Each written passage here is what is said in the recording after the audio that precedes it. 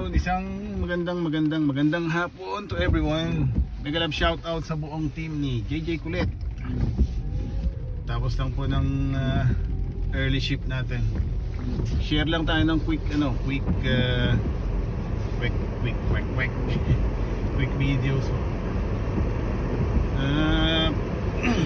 Yung mga nakaraan may mga nag-likes and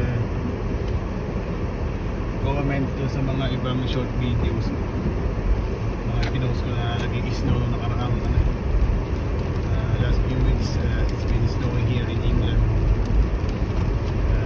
Well, of course here in snow.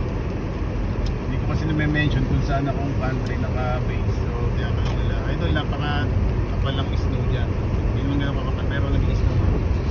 Ito po kami sa United Kingdom. Sa London po, 4 hours away kami sa London. Konting sharing lang to, short videos upload lang to for today.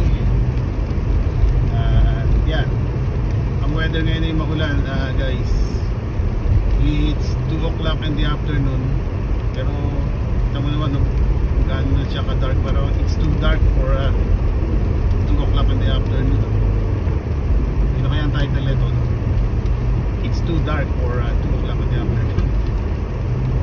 Well, ganyan po ang weather namin dito sa England pagka ganitong winter season. Yun nga, minsan na-share ko sa mga ibang videos ko. Minsan parang wala ng daytime eh. Pagdating ng 12 noon, ganito na kagad ang weather hanggang sa mag-dark na ayun, parang night time na siya. Yung 5 o'clock minsan parang 8 PM na in the evening. So yan. Medyo medyo ngayon ang temperature, medyo warm, 12 degrees po siya. Kasi at least umuulan-ulan. Ayan. Ganyan lang naman ang rito weather. It's either it's snowing or it's raining. So it's raining at this time, month of December. Medyo maulan yata ang month of December ngayon dito sa England.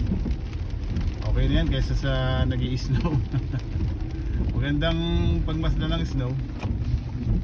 Nila, it's nice to take a photo, selfie during snow.